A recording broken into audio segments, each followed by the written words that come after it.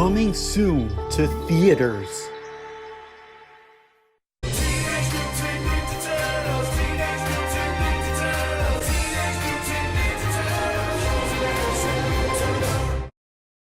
Okay, so at this moment right now, I'm about to go and react to the brand new trailer for Teenage Mutant Ninja Turtles Mutant Mayhem, the new animated film of the Teenage Mutant Ninja Turtles franchise that was originally announced in 2020. Before I react to the trailer though, I should probably get out of the way my feelings towards this franchise. I may not be the biggest Teenage Mutant Ninja Turtles fan out there, but I do enjoy the franchise and I do like the characters such as the 4 Turtle brothers and the rat that's their father slash sensei, Splinter. Some of the movies I've seen from this franchise is the second movie from the 90s, the Turtles Forever movie that came on TV when I was a kid. And I also saw the 2 Michael Bay movies, which I do consider to be guilty pleasures in my opinion. And besides that, I have seen a couple of episodes from the 2012 TMNT series and the Rise series. So when I heard that there was going to be a new TMNT movie, I was really looking forward to it because it was going to be fully animated again, and I was curious about Seth Rogen's involvement with it. I was even more hopeful for it because they got the co-director and co-writer of The Mitchells vs. the Machines to direct this film,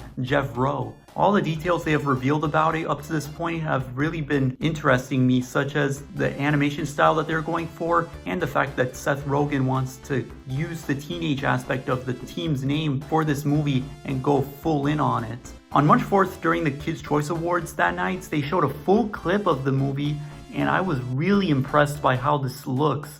I love the animation style that looks like Spider-Verse, and I like the voices of the turtles and the way that they interact with each other. Not only that, but the director said this is the most normal part of the movie, and everything else we're going to see going forward is going to be so wild. So I can't wait to see how wild this movie is going to be. Okay, I'm going to start this trailer in 3, 2, 1, go. Can I kick it? Wow. Oh, that's a cool Nick Movies logo.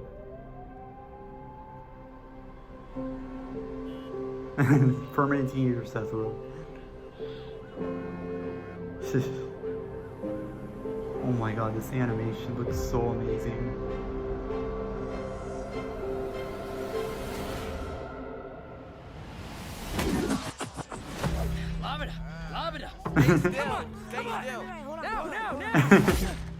Oh, Fruit Ninja. Let's try that again, but with ninja stars. Hey, why did we pick a fruit shaped exactly like my head? Just stop talking, you're ruining my concentration. You're fine, chill. He's gonna die. Wait, did you hear that? What was that?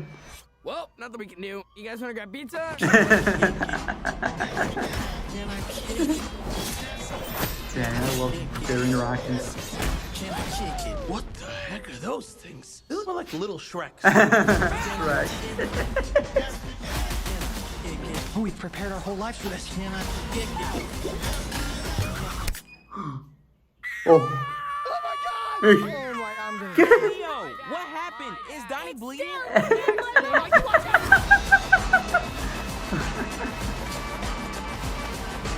So, you were baby turtles who made contact with mystery April goo. looks cool. Well, we prefer the term ooze, but yeah. It's like more like it's just nicer. It rolls off the tongue better, yeah. Ooze. It's nice, right? It's Ooze. Ooze. Whoa, that cast is stacked. Wow. That trailer looks so amazing. Like, I'm really blown away by it. So that's for the reaction. And now on to the review section of the trailer.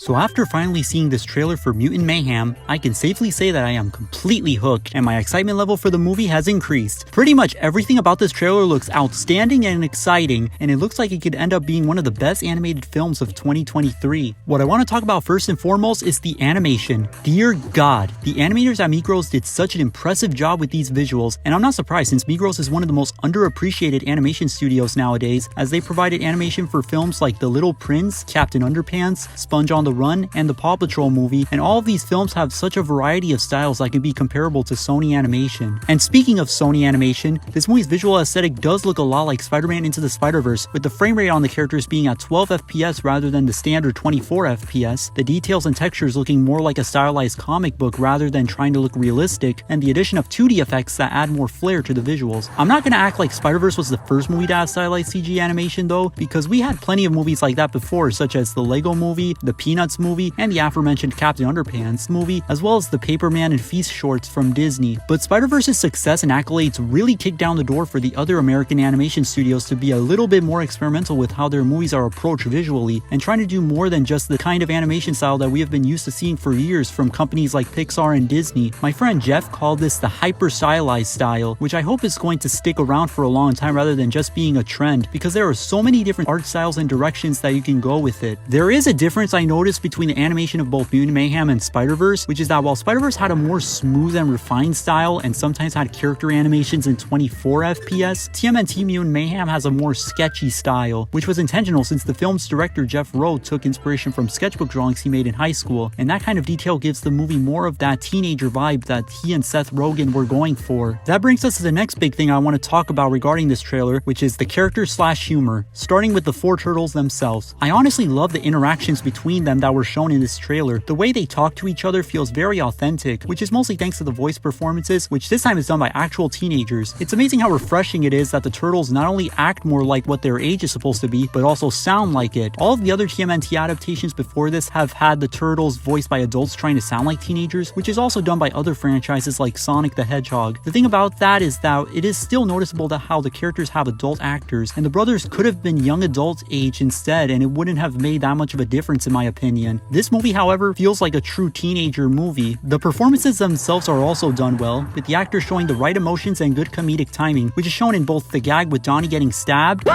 and the ooze joke at the end. Ooze. It's nice, right?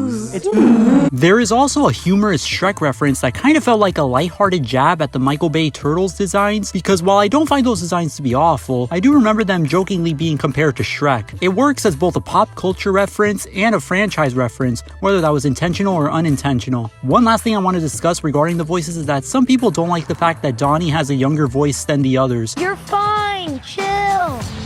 He's gonna die. While I respect the opinions of those who don't like it, I don't mind the voice personally, because to me it seems like he is going to be the one with lesser fighting skills due to his love for gadgets and inventing, so it would make sense for him to be slightly younger than the others. Also from this trailer, it looks like Raphael is going to be the tough guy who can sometimes be a bad influence to his brothers, and it's most evident in the funny bit when he cuts watermelons Fruit Ninja style and tells Mikey to hold the watermelon over his head. It can also lead to interesting interactions with Leonardo, who wants his brothers to be as safe from harm as possible, just like Splinter. I am also very curious about the movie's interpretation of April O'Neil, since she stands outside of school with the four turtles in what seems to be their first meetup. And yes, I do like her character design, and I don't know why it got so controversial outside of people being nostalgia blind for the old cartoons. It's different for sure, but this is a franchise that has had many different interpretations since the beginning, and I believe this will work well for the story and universe. So to wrap up my thoughts on the trailer for TMNT Mutant Mayhem, I am 100% looking forward to it, and I definitely want to see it in theaters. So far, it has amazing looking animation, funny jokes, and a refreshing new update on these beloved comic book icons. The fact that we are getting both this and a Spider-Verse sequel in the same summer is absolutely insane. This is a movie that can really bring the TMNT back to the big screen in a major way, and I hope this rebooted universe can last longer and have better treatment than Rise of the TMNT. Mutant Mayhem can also create a hopeful sign for both Paramount and Nickelodeon's future in the animated feature game. After years of Paramount releasing animated films that disappointed at the box office like Sherlock Gnomes, Wonder Park, and Possiferi The Legend of Hank, as well as sending two films that could have done well in theaters straight to streaming, this movie can help boost their reputation thanks to the cool animation style and the promising story. They have released banger animated classics in the past, so I know they can still do it. So those are my thoughts on the trailer. Let me know what you think of the movie so far, as well as my reaction/review of it. Thank you for watching, and now if you'll excuse me, I gotta go finish working on a full review of Puss in Boots: The Last Wish. Wow, what's taking you so long? Idiot!